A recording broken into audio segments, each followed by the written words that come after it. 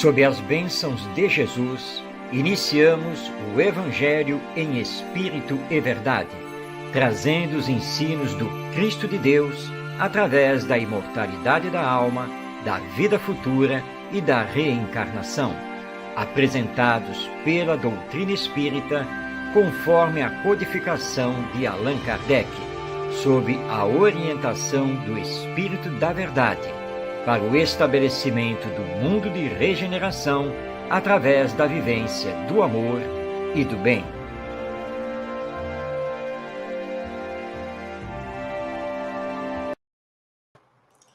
Olá, seja bem-vindo, seja bem-vinda. Iniciamos agora o Evangelho em Espírito e Verdade, transmitindo pela web rádio Cristo Consolador, com o nosso desejo de paz em sua vida, e que possamos hoje, no programa, mergulhar no entendimento que a doutrina espírita nos traz sobre o Evangelho e as suas lições. E nós temos hoje, abrindo o programa, um tema muito importante, porque vamos conversar sobre os inimigos desencarnados, mas também vamos estudar Jesus e a sua verdadeira revolução do ponto de vista espiritual. Também hoje, em nosso programa, veremos considerações de Emmanuel, a partir de um versículo de Paulo de Tarso, sobre o uso do tempo. E, como sempre fazemos, no final do programa, nós passamos a palavra a José Herculano Pires, com a sua voz vibrante, comentando uma passagem do Novo Testamento. Tudo isso a partir de agora, em o Evangelho Espírito e Verdade, e nós estamos aqui ao vivo. E, portanto, você pode participar, você pode enviar a sua mensagem. Vamos, então, colocar aqui na tela a nossa apresentação, iniciando a primeira parte do programa, que é dedicada a estudar o Evangelho segundo o Espiritismo, de Allan Kardec.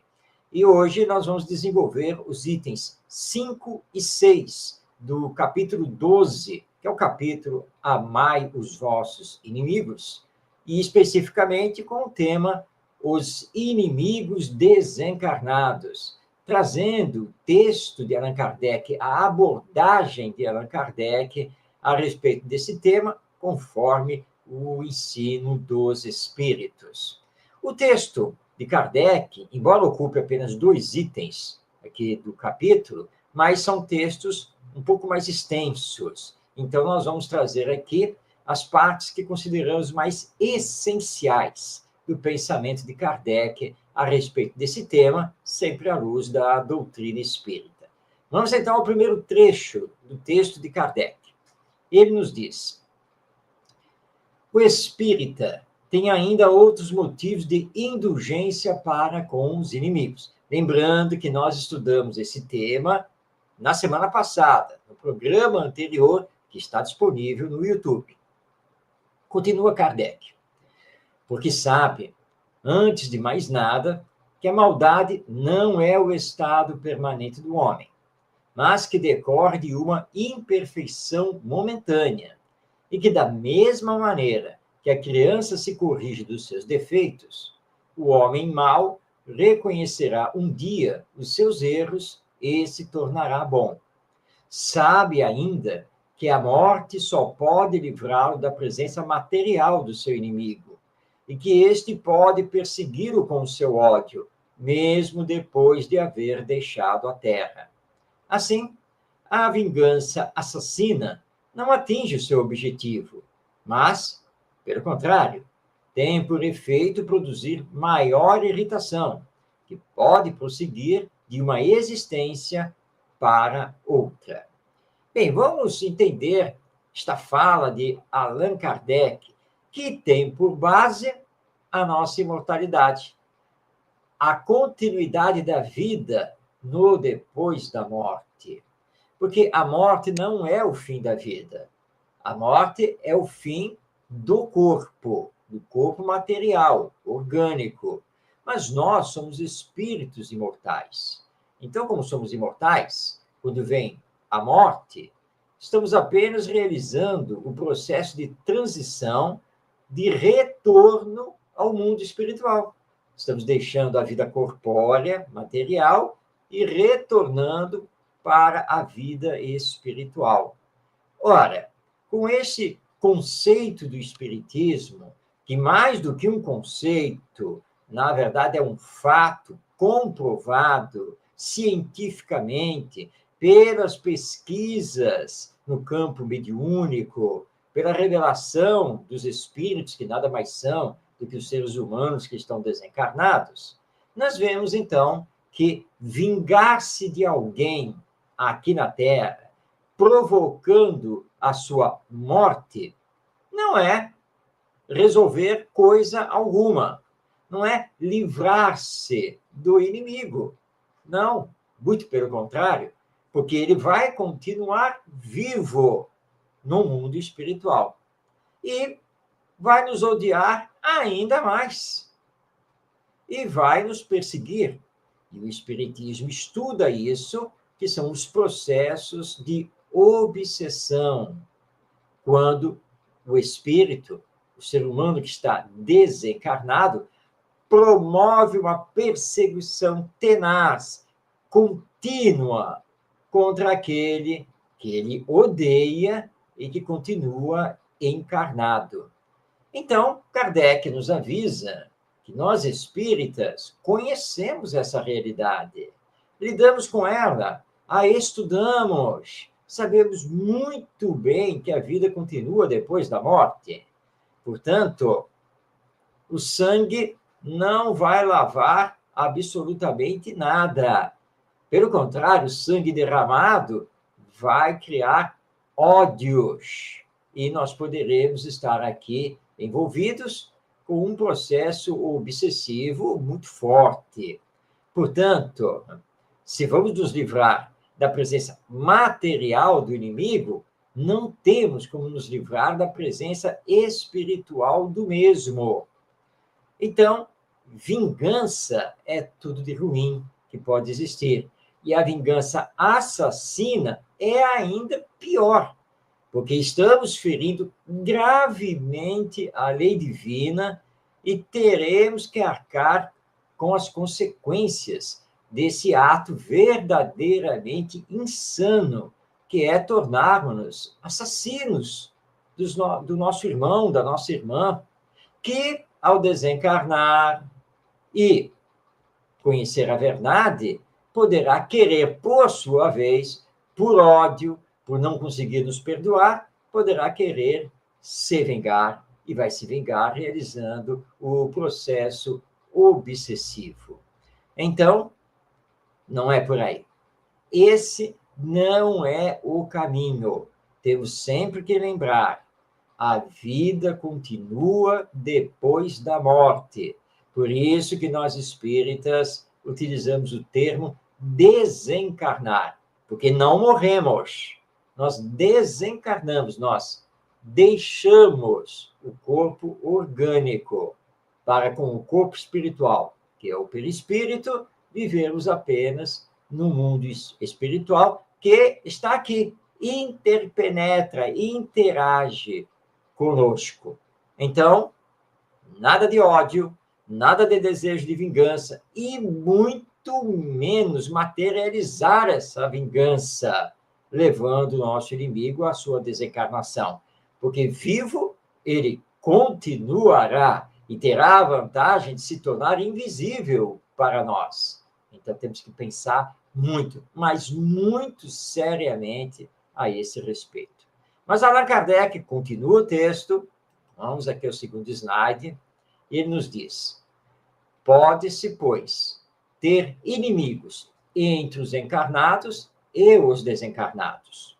Os inimigos do mundo invisível manifestam sua malevolência pelas obsessões e subjugações, a que tantas pessoas estão expostas e que representam uma variedade das provas da vida.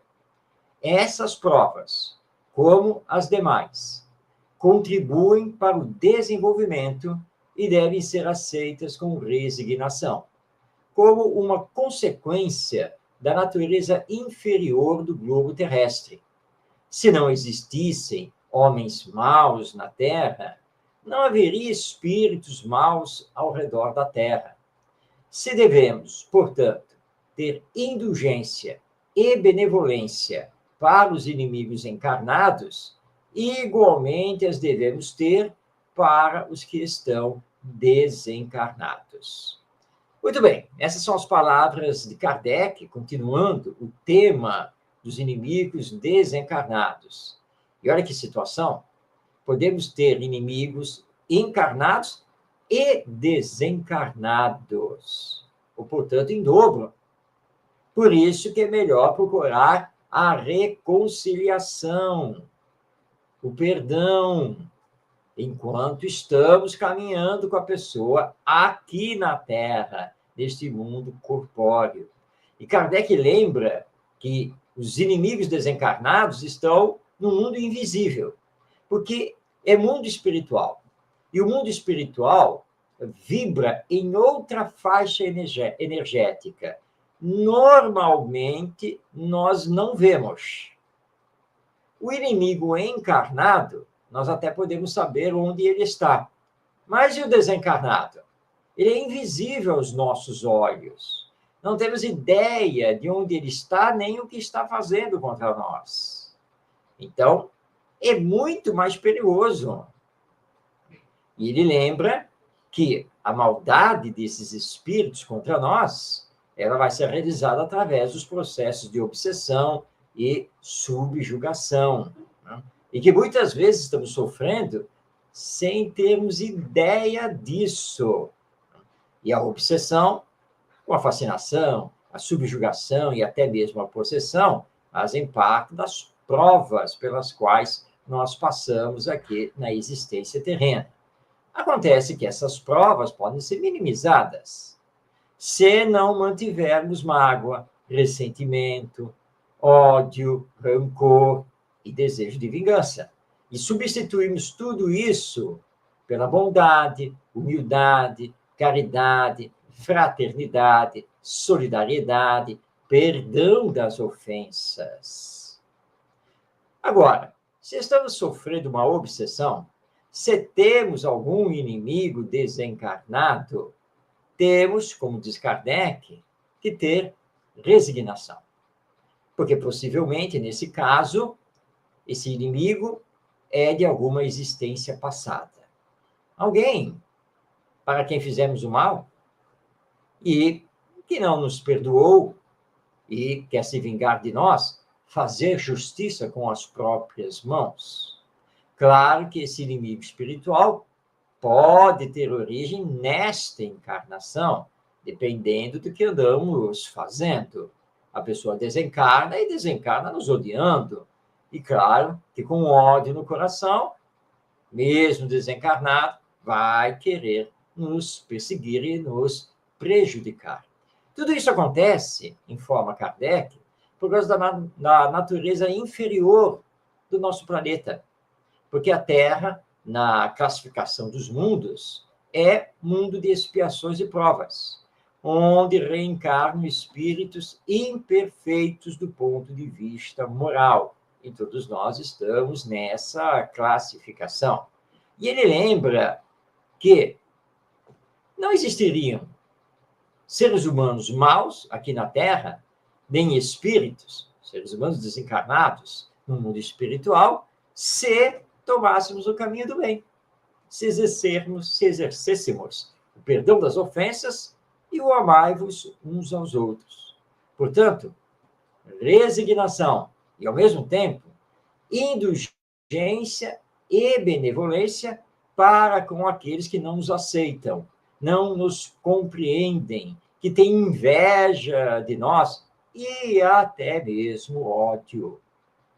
Então, é isso que nós temos que fazer para que possamos desencarnar bem e para que aqueles que já desencarnaram possam também alcançar esse patamar, né, do perdão das ofensas e do amor ao próximo, e, no caso, para conosco. Cuidado, portanto, com o que estamos fazendo para não gerarmos inimigos inimigos desencarnados no mundo espiritual que podem, sim, nos atacar, porque, afinal de contas, eles querem o nosso mal. Então, esse é um tema muito importante para o qual devemos refletir bastante e com profundidade. Semana que vem nós vamos dar continuidade a este estudo do capítulo 12 de O Evangelho segundo o Espiritismo. Mas agora nós vamos passar para a obra O Espírito do Cristianismo, de Caibar Schutel, onde ele estuda várias passagens do Evangelho, o chamado Novo Testamento, que se encontra lá na Bíblia. Nós espíritas somos ligados ao Novo Testamento, principalmente, por causa dos ensinos morais do nosso Mestre Jesus. Hoje nós vamos ver o capítulo que Caibar Schutel intitulou A Grande Revolução. Vamos, então, ver a passagem do Novo Testamento em que ele se baseia. A passagem está no Evangelho segundo Lucas, no seu capítulo 12, versículos 49 a 53, onde Jesus nos diz: Vim lançar fogo à terra, e que mais quero, se ele já está aceso? Mas tenho de ser batizado com um batismo, e como me angustio até que ele se cumpra. Pensais que vim trazer paz à terra? Não, eu vou-lo digo, mas divisão, porque de hora em diante haverá numa casa 5 pessoas divididas, 3 contra 2, e 2 contra 3. Parecem estranhas essas palavras do nosso Mestre Jesus. Ele não veio trazer paz à humanidade? Ele diz que, na verdade, veio trazer divisão e que vamos, por causa dele, brigar uns com os outros. E que ele se rejubila com esse fogo aceso dessas dissensões aqui na humanidade. Não é estranho à primeira vista.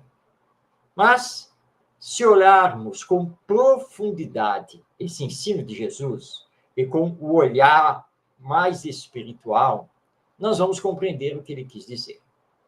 Jesus esteve conosco aqui na Terra numa época em que havia um embate entre a crença pagã, representada pelos romanos e alguns outros povos, e a crença do Deus único, representada pelos judeus. Mas entre os judeus, no judaísmo, haviam também dissensões. Havia os judeus ortodoxos, como, por exemplo, os fariseus. Haviam os judeus escribas, os doutores da lei, os saduceus. Havia divisão entre eles. E Jesus veio trazer uma nova mensagem. E ele sabia que essa nova mensagem, a boa nova do amor, ela não seria aceita assim com muita facilidade, porque eles não levavam em consideração se amarem. Pelo contrário, eles se anatematizavam, se dividiam, se discriminavam. Um judeu não podia entrar na casa de um não-judeu, de um gentio, e assim por diante. Então, quando Jesus vem dizer que precisamos perdoar as ofensas, amar os inimigos, fazer ao próximo somente o que desejamos que o próximo nos faça, isso gerou muita discussão. E o fato dele se anunciar e ser visto pelos discípulos e pelas multidões como o Messias, o enviado de Deus, isso gerou mais discussão. Por isso, ele nos informou: não se iludam. Neste momento, eu não vim trazer a paz. Haverá ainda muita confusão, muitos problemas em meu nome e por causa dos meus ensinos. Mas temos que olhar no futuro. E o futuro é o nosso encontro com o Cristo interior. Vamos passar, então, agora a palavra a Kai Bar-Schutel, no livro O Espírito do Cristianismo. Ele nos diz: Jesus foi o maior revolucionário que apareceu no mundo. Espírito incomparável em sabedoria e em virtudes. Foi ele escolhido no Conselho Supremo para trazer a lei da reforma social à Terra, para que possam imperar no lar, na sociedade, nas nações, os preceitos de amor recíproco em plena atividade para a evolução da humanidade. Restrita a um código de condenação que ordenava o apedrejamento dos faltosos em praça pública e, em face dos delitos, dava sentenças dente por dente, olho por olho, a humanidade, completamente paralisada em seus anelos, permaneceria em estado de embrutecimento se o cristianismo, revogando todas essas leis antiquadas, não abrisse as almas preparadas para os grandes surtos, as ovelhas desgarradas de Israel, novos horizontes de vida que as atraísse para um progresso mais consentâneo ao direito das gentes. A revolução operada pelo cristianismo é tão substancial e maravilhosa que chegou a fechar uma época da história, pois antes dele predominou, durante centenas de anos, a lei mosaica, mal interpretada pelos detentores do poder, representados pelos doutores da lei, os escribas, os fariseus, os sacerdotes do judaísmo. A palavra de Jesus revolucionou os espíritos. A luta se fez e até hoje prossegue a sua ação benéfica, expurgando da religião os conceitos e preconceitos funestos que têm prejudicado a família, dividido a sociedade e estabelecido a guerra entre as nações.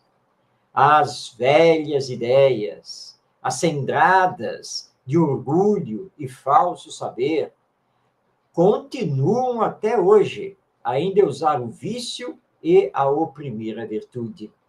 Entretanto, se o grande missionário não tivesse deliberado baixar a terra para trazer a nova lei do amor, que começa a ser compreendida por muitos espíritos de boa vontade, permaneceríamos ainda em plena escuridão e sob o despotismo dos escravizadores de consciências.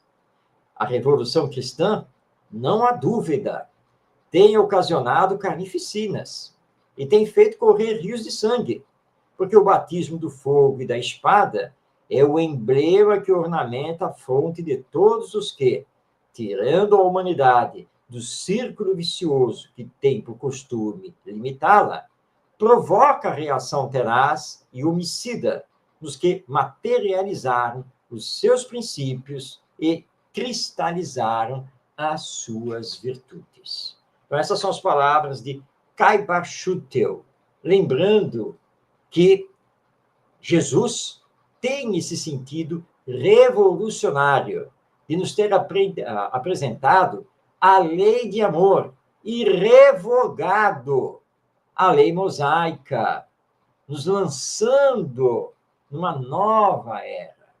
Entretanto, o mal, o egoísmo se lançam contra essa nova era, contra a lei de amor, e invertem os valores. E, até mesmo utilizando o nome do Cristo, atacam aqueles que estão tentando implantar na Terra o Evangelho. E quem tenta implantar o Evangelho é da paz, é do bem, jamais utiliza de qualquer tipo de violência. Então, nós temos um embate entre o bem e o mal, a paz e o ódio, a bondade e a violência.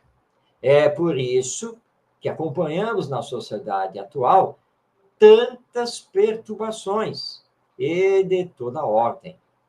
Não é que o Evangelho, não é que os cristãos estejam provocando isso.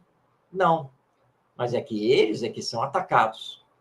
E aí nós vamos nos colocar, porque como espíritas, também somos cristãos. Também temos por base os ensinos morais do nosso Mestre Jesus. Mas alguém indagará, mas a situação perdura dessa maneira já há mais de 2000 anos. Não tem alguma coisa errada? Já não era para estarmos sem essas guerras? Sim, é verdade. Mas acontece que não temos utilizado bem o livre-arbítrio. As nossas escolhas ainda não têm por base, com toda a segurança, o amor, a paz, a caridade. E é por isso que ainda nos embatemos das mais variadas formas e ainda utilizamos a violência para resolver, e vamos colocar esse resolver entre aspas, as nossas diferenças.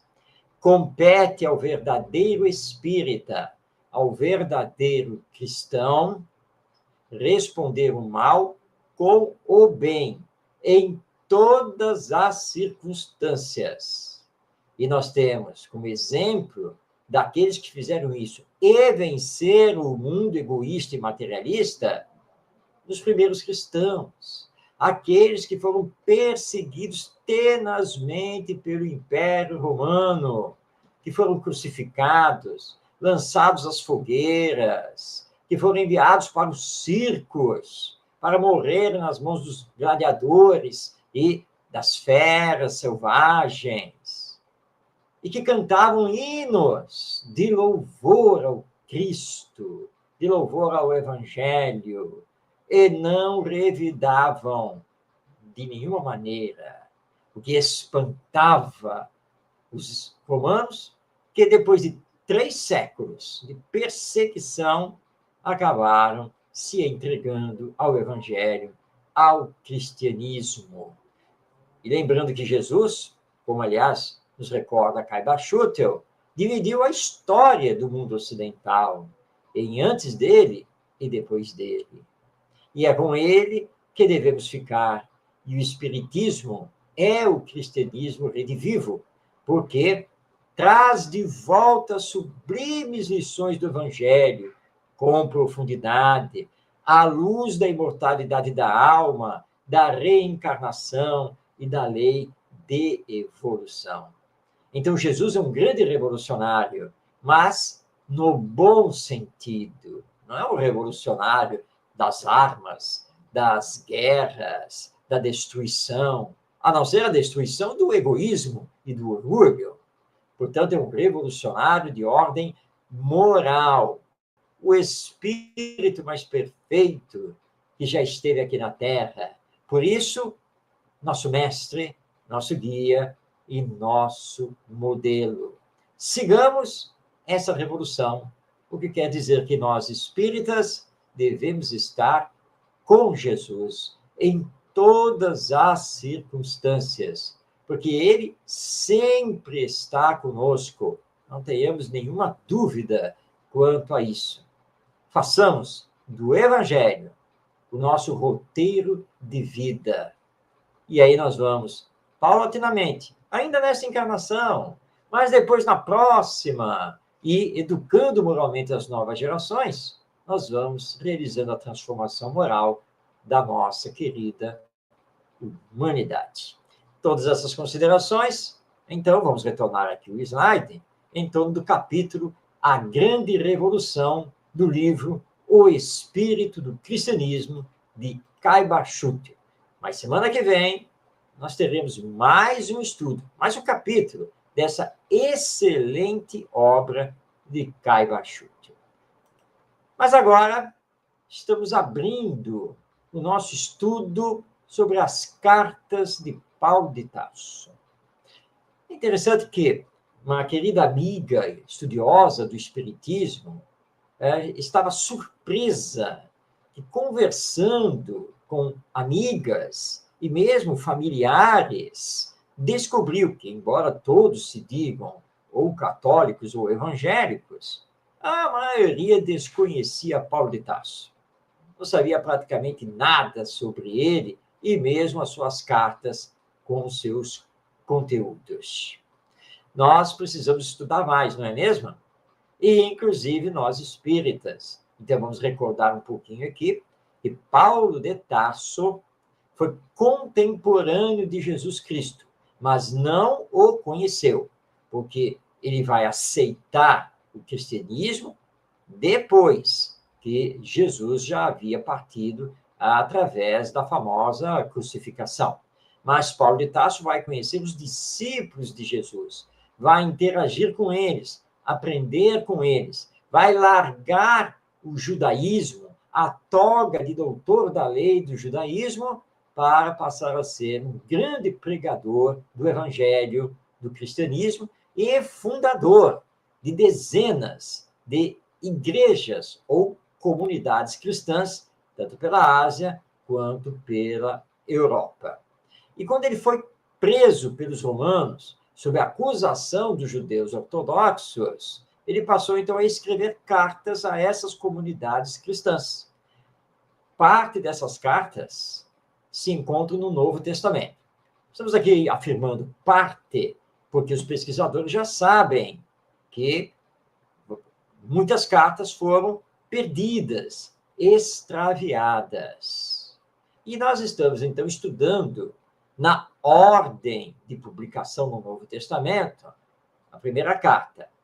Porque, na verdade, não é a primeira carta que ele escreveu, mas é a primeira carta que aparece no Novo Testamento, após os Atos dos Apóstolos, que é a Carta aos Romanos.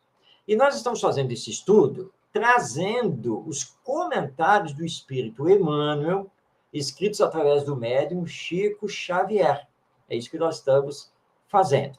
E hoje nós vamos estudar o versículo 6 do capítulo 14 dessa carta aos Romanos, quando Paulo de Tarso escreve: aquele que distingue os dias é para o Senhor que os distingue. Bem, vamos compreender o que ele quis dizer, passando a palavra a Emmanuel, que fez todo um comentário que ele intitulou O Tempo. Esse comentário está publicado no livro Caminho, Verdade e Vida, publicação da FEB Editora, e compõe o capítulo 1º dessa obra. Vamos, então, passar a palavra a Emmanuel. A maioria dos homens não percebe ainda os valores infinitos do tempo. Existem, efetivamente, os que abusam dessa concessão divina, julgam que a riqueza dos benefícios lhes é devida por Deus. Seria justo, entretanto, interrogá-los quanto ao motivo de semelhante presunção. Constituindo a criação universal patrimônio comum, é razoável que todos gozem as possibilidades da vida. Contudo, de modo geral, a criatura não medita na harmonia das circunstâncias que se ajustam na Terra, em favor de seu aperfeiçoamento espiritual. É lógico que todo homem conte com o tempo, mas, se esse tempo estiver sem luz, sem equilíbrio, sem saúde, sem trabalho, não obstante a oportunidade da indagação, importa considerar que muito raros são aqueles que valorizam o dia, multiplicando-se em toda parte as fileiras dos que procuram aniquilá-lo de qualquer forma. A velha expressão popular, matar o tempo, reflete a inconsciência vulgar nesse sentido. Nos mais obscuros recantos da terra, há criaturas exterminando possibilidades sagradas. No entanto, um dia de paz, harmonia e iluminação é muito importante para o concurso humano na execução das leis divinas. Os interesses imediatistas do mundo clamam que o tempo é dinheiro, para, em seguida, recomeçarem todas as obras incompletas na esteira das reencarnações.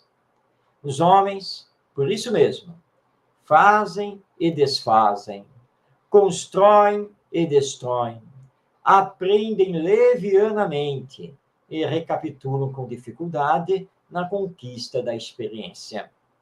Em quase todos os setores de evolução terrestre, vemos o abuso da oportunidade complicando os caminhos da vida.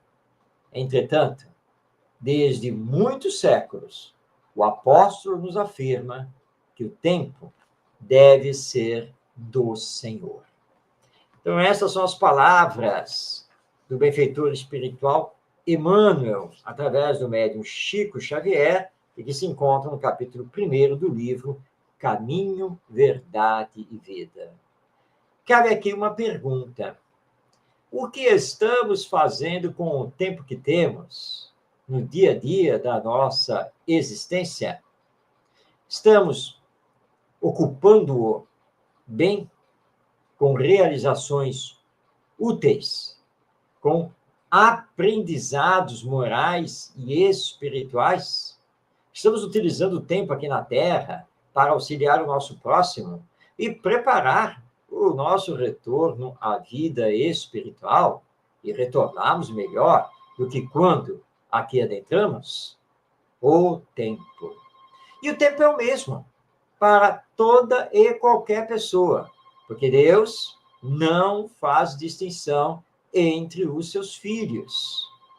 Então, voltamos à pergunta: o que estamos fazendo com o tempo que Deus nos concede para o nosso processo de aperfeiçoamento, de evolução? E Emmanuel nos lembra que muita gente simplesmente mata o tempo, que muita gente utiliza o tempo de forma desequilibrada, não pensando em nada além das vantagens pessoais, no aqui e agora. Como depois reivindicar méritos que não se possui? Como reclamar da vida se o que estamos fazendo é matar o tempo, é gastar o tempo em coisas fúteis, no materialismo, no egoísmo, na sensualidade desequilibrada, no poder ilegítimo e assim por diante? Então, mais uma vez, vamos aqui pensar: o que estamos fazendo com o tempo que Deus nos concede nesta encarnação? O que fazemos com ele é a nossa semeadura. E Jesus foi muito claro: a cada um será dado segundo as suas obras. Nunca colheremos aquilo que não semeamos. Pelo contrário, sempre colheremos o que semeamos. Então, pensemos todos nós com a devida profundidade nessa questão do tempo. E como nos lembra Emmanuel, esclarecendo a fala aqui de Paulo de Tarso, o nosso tempo deve ser o tempo do Senhor, deve ser o tempo entregue ao Senhor da vida, com realizações úteis, voltadas para o bem de todos. E Deus sabe muito bem de cada um dos seus filhos e o que cada um está fazendo com o tempo que Ele, como Pai, concedeu para cada um de nós. Nós vamos fazer novas reflexões com Paulo de Tarso e Emmanuel na próxima edição do programa, semana que vem. E ainda vamos continuar estudando a Carta aos Romanos, que tem lições belíssimas e profundas para todos nós. Bem, vamos agora à dica literária espírita de hoje. Aí está na tela o livro Lázaro Redivivo, autoria do espírito Irmão X, através do médium Chico Xavier. A obra Lázaro Redivivo é publicação da Federação Espírita Brasileira, a FEB Editora. E é uma obra que recomendamos com entusiasmo. Irmão X nos traz histórias, contos ligados à vida de Jesus aqui na Terra, aos tempos apostólicos, primeiros do Mestre conosco, com os seus ensinos e exemplos. Histórias e mais histórias que vão nos deliciar e nos levar a uma compreensão muito maior e mais profunda sobre o Evangelho. Não deixe de ler essa obra, Lázaro Redivivo, é do Irmão X, e a psicografia é do nosso querido médium, tão famoso, tão saudoso, mas que está aí na nossa memória, nosso querido Chico Xavier. Essas histórias são empolgantes e revelam para nós muito mais sobre as lições do Evangelho. Então, essa é a nossa recomendação para você na Dica Literária Espírita. Bem, chegamos à quarta e última parte do nosso programa. É quando entregamos a palavra a José Herculano Pires, a quem muito admiramos e a quem temos imensa gratidão pelo trabalho que ele realizou de estudar o Espiritismo, divulgá-lo, elucidar as consciências. Ele que nos deixou mais de 40 livros escritos, traduziu as obras de Allan Kardec, revisou a tradução de toda a coleção da Revista Espírita, deixou palestras maravilhosas, para quem teve a oportunidade de ouvi-lo, e manteve o programa No Limiar do Amanhã, na Rádio Mulher de São Paulo, lá na década de 1970. Lembrando que Herculano Pires desencarnou em 1979. Mas de 1970 a 1974, ele fez o programa No Limiar do Amanhã. E ele sempre encerrava o programa trazendo um comentário espontâneo, ao vivo, de uma passagem do Novo Testamento. Ele não usava o Evangelho segundo o Espiritismo, era o Novo Testamento, que o programador, ou o locutor, o apresentador, abria ao acaso, batia os olhos, lia, e Herculano Pires comentava à luz da doutrina espírita, fazendo o entendimento daquela passagem do Novo Testamento. Parte dos áudios do programa No Limiar da Manhã foram salvos, recuperados, digitalizados, estão disponíveis no site da Fundação Herculano Pires. Nós, então, pudemos baixá-los, editá-los para trazer ao programa apenas o comentário de Herculano Pires acerca das lições do Evangelho. Mas você pode ler também esses comentários, porque eles foram transcritos e publicados nessa obra que está aí na tela, O Evangelho de Jesus em Espírito e Verdade. Vamos, então, passar a palavra a José Herculano Pires com mais um comentário de um trecho do Novo Testamento, a saga da vida e dos ensinos do nosso Mestre Jesus. Vamos, então, a ele, Herculano Pires.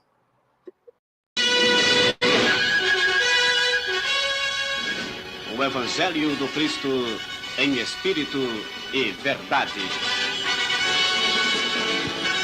Abrindo o Evangelho ao acaso, saiu-nos o seguinte: João, capítulo 18, versículos de 25 a 27.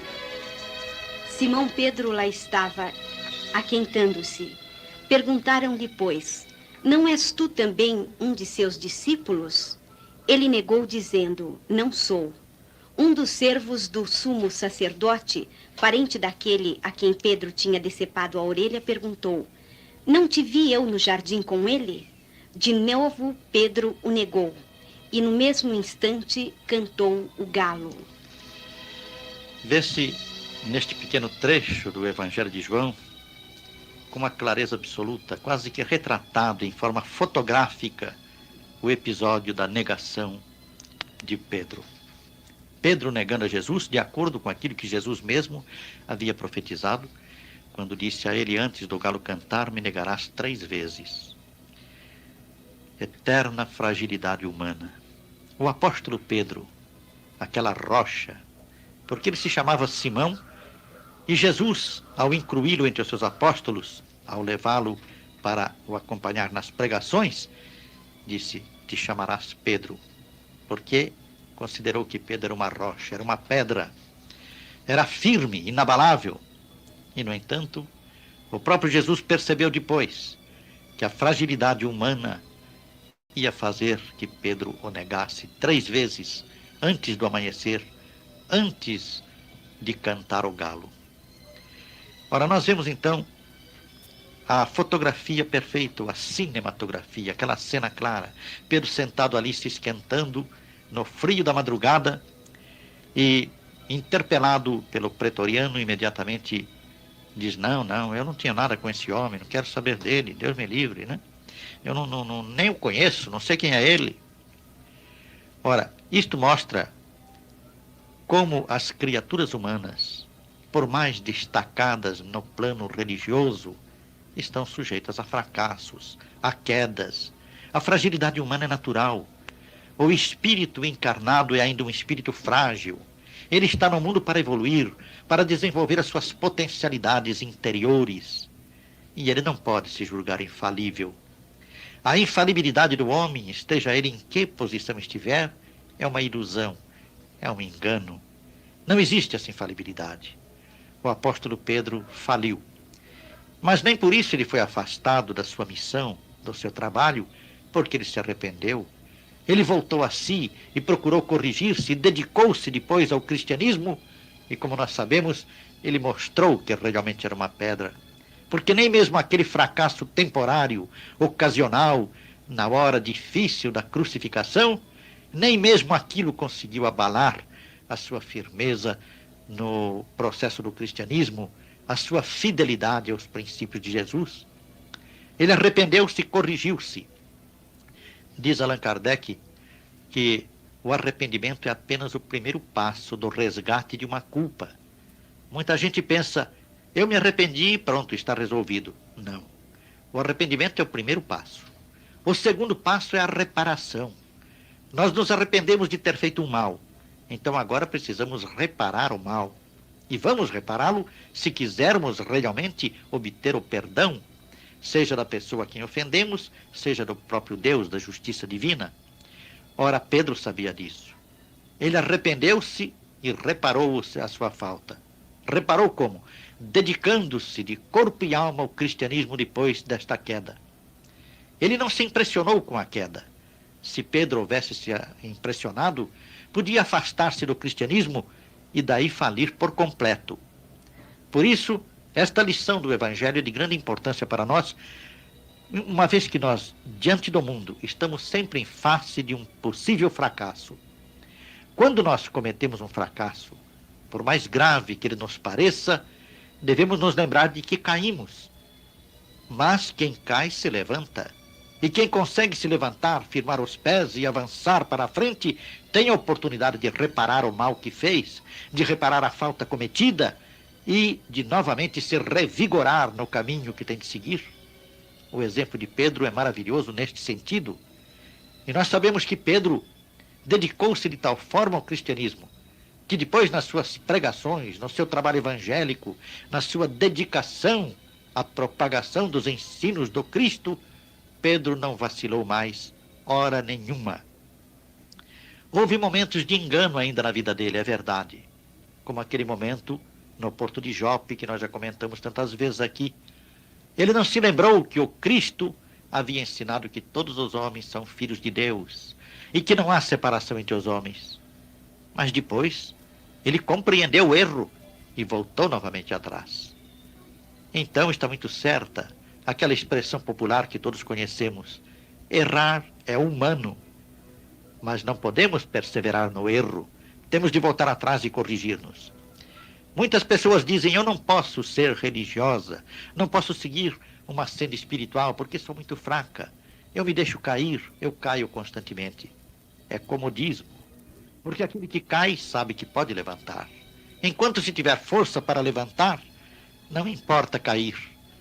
Quem cai se levanta e avança para a frente.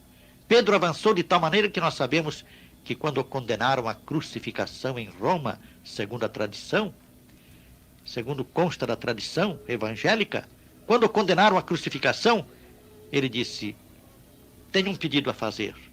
Me crucifiquem de cabeça para baixo, porque eu não sou digno de morrer como Cristo morreu. Veja-se aí que a firmeza de Pedro se restabeleceu por completo até o fim da sua existência.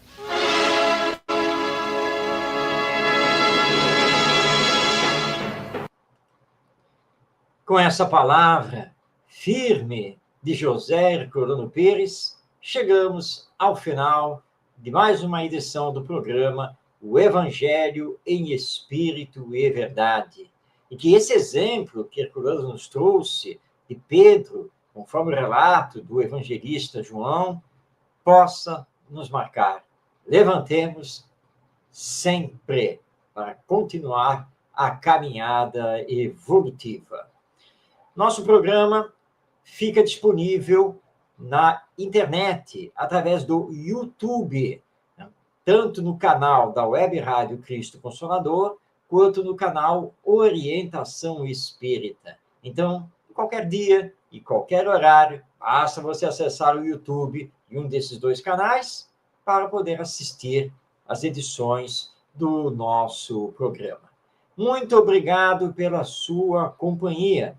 Que Jesus nos abençoe e que possamos estar juntos semana que vem em mais um encontro com o Evangelho à luz da doutrina espírita. Receba meu abraço fraterno e paz em sua vida.